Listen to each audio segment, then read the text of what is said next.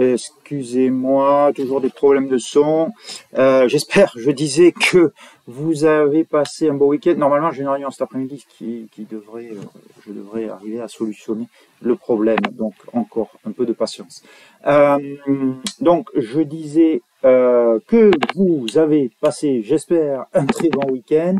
La journée d'aujourd'hui va être très calme. Je pense que vous pouvez partir faire une petite balade parce que les États-Unis sont fermés pour Independence Day. C'est un lundi en plus.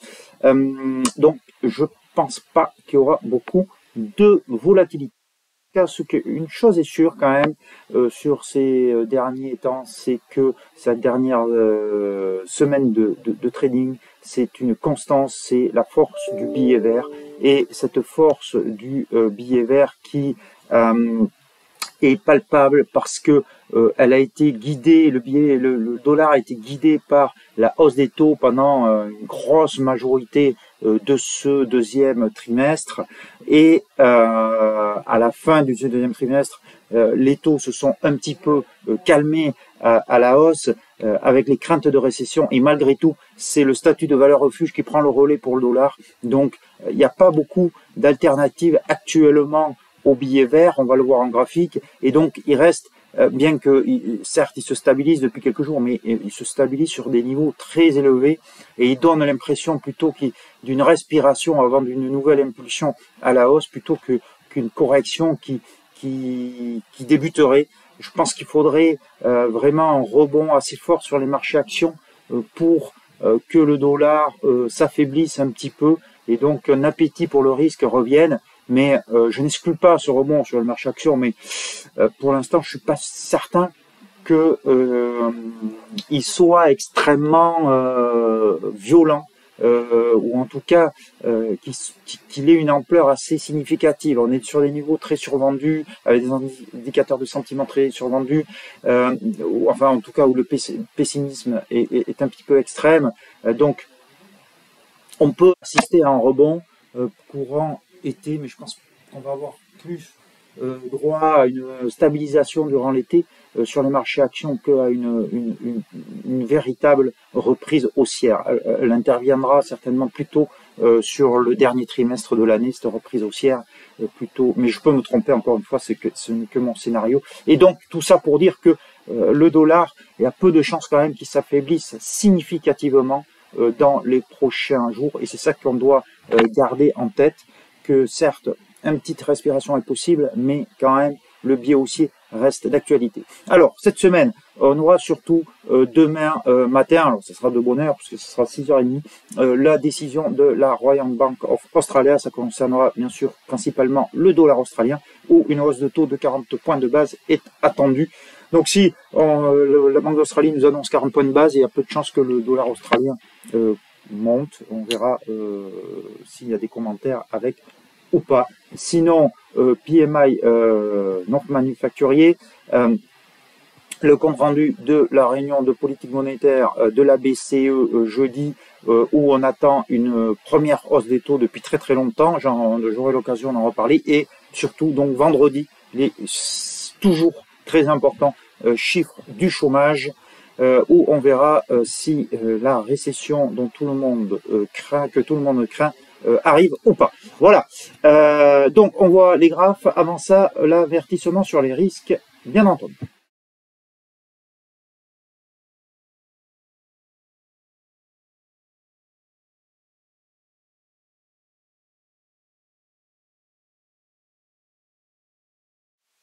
Donc vous voyez cette stabilisation ou cette respiration du dollar, comme vous voulez, mais on reste au-dessus de la moyenne mobile à 13 périodes.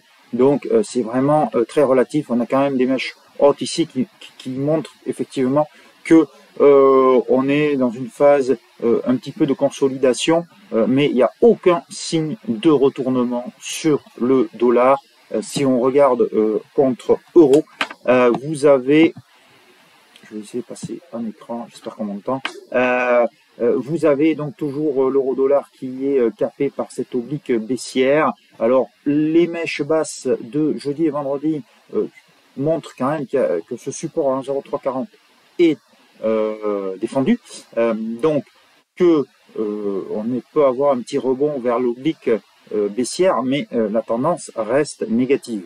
Et donc le risque est plus élevé de voir l'euro-dollar casser les 1,0340 et rejoindre la parité que d'assister à un véritable retournement. Pour qu'il y ait véritable retournement, il faut qu'il y ait non seulement une cassure de l'oblique baissière, mais surtout un dépassement du précédent sommet ici, 1,0630 et 1,0775 ensuite. Et là, on pourra vraiment parler d'un creux sans doute de moyen terme et d'un retournement de tendance, mais sous ces niveaux, c'est plus à minima une consolidation, une correction que plutôt qu'un retournement. Donc on garde notre biais négatif et on garde sur le plan de trading que je vous avais indiqué la position short.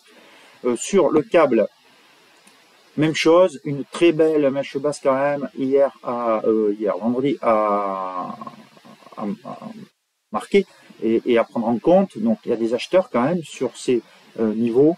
Attention, vendredi, fin de semaine, après une semaine très baissière, c'est plus des rachats de short, je pense, que des prises de position longues sur le câble.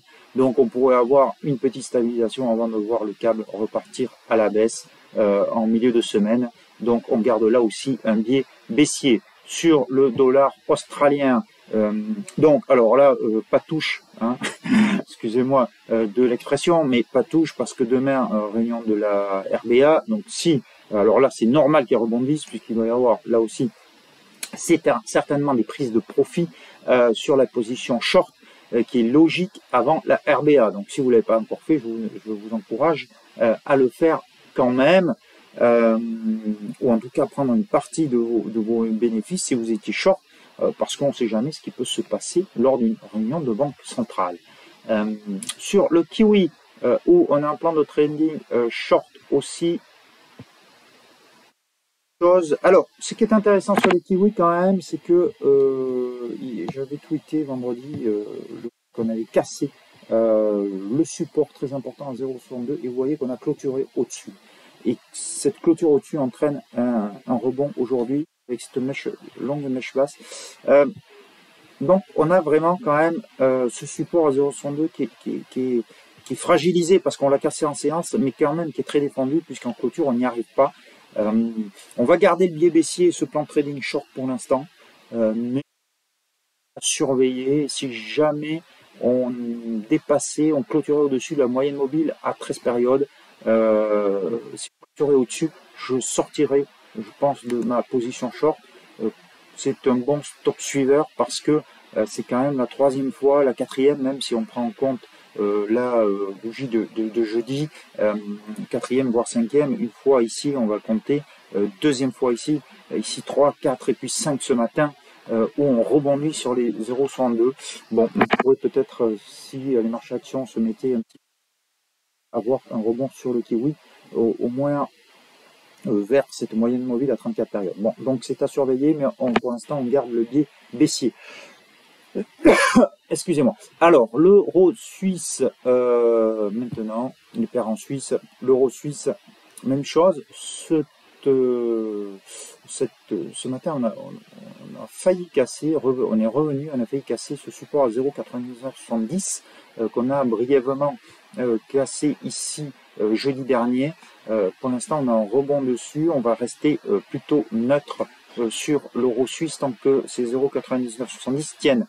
Sur le dollar suisse, même chose. Je vous ai parlé, j'en reparle pas parce que je n'ai parlé quasiment tous les jours la semaine dernière de ce retracement Fibonacci qui était essentiel à 61,8% et savoir si on clôturait au-dessus ou au-dessous. On n'a pas clôturé au-dessous, donc le double sommet n'est pas validé.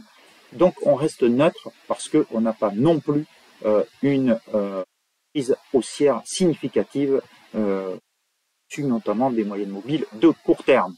Les paires en yens maintenant, alors la paire, là aussi on a un plan de trading long sur le dollar yen, et si la force du dollar s'exprime le mieux, c'est sans doute contre yen, parce que vous voyez que les respirations font vraiment de très courtes amplitudes, et qu'à chaque fois on rebondit, on s'arrête sur la moyenne mobile à 13 périodes, ce qui montre quand même la force de la tendance sur le dollar yen qui peut reprendre à tout moment.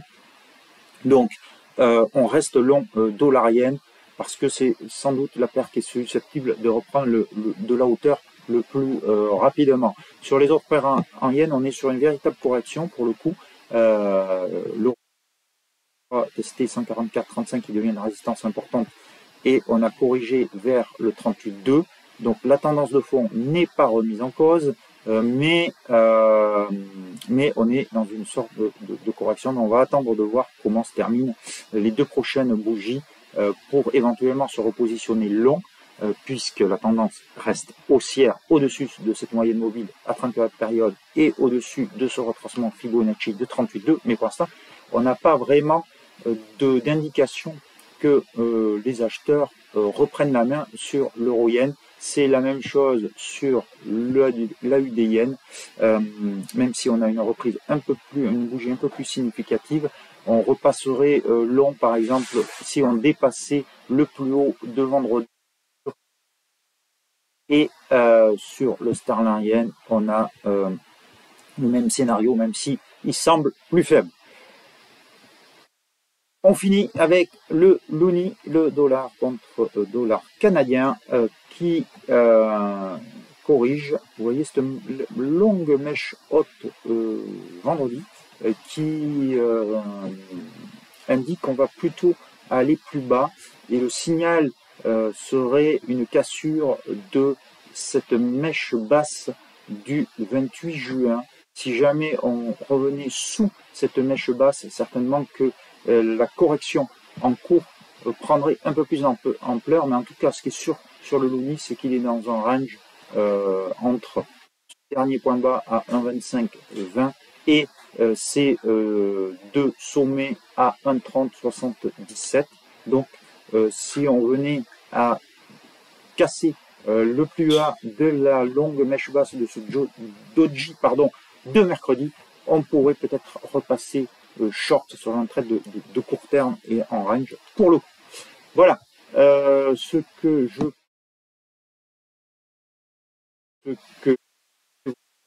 sur les marchés aujourd'hui. Donc journée calme aujourd'hui avec Independence Day aux États-Unis. Malgré tout, il y aura peut-être des petites opportunités.